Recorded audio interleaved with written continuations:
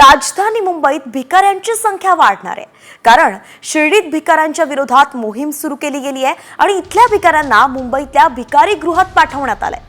एकीकडे मध्य प्रदेशातील इंदूरमध्ये भीक देण्यावरती बंदी घालण्यात आली आहे आणि त्यापाठोपाठ भिकाऱ्यांची प्रचंड गर्दी असलेल्या शिर्डी संस्थांकडून ही सफाई मोहीम सुरू करण्यात आलेली आहे। त्यामुळे शिर्डीतले भिकारी आता मुंबईत आलेत।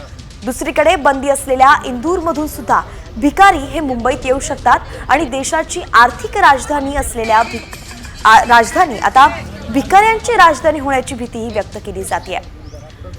एकंदरीतच आपले प्रतिनिधी या सगळ्या संदर्भात आपल्याला सचिन बनसोडे माहिती देत आहेत। सचिन, नेमकं काय सांगाल की शिर्डीतून भिकारी मुंबईत येत आहेत, त्यामुळे आता मुंबई ही भिकाऱ्यांची राजधानी होण्याची शक्यता आहे?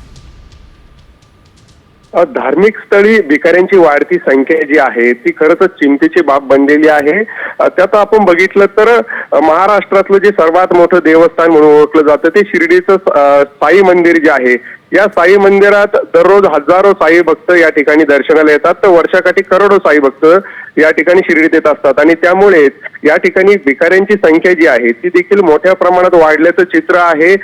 गेल्या काही दिवसांपासून प्रशासनाकडून या ठिकाणी भिकाऱ्यांची धरपकड जी आहे ती सुरू आहे।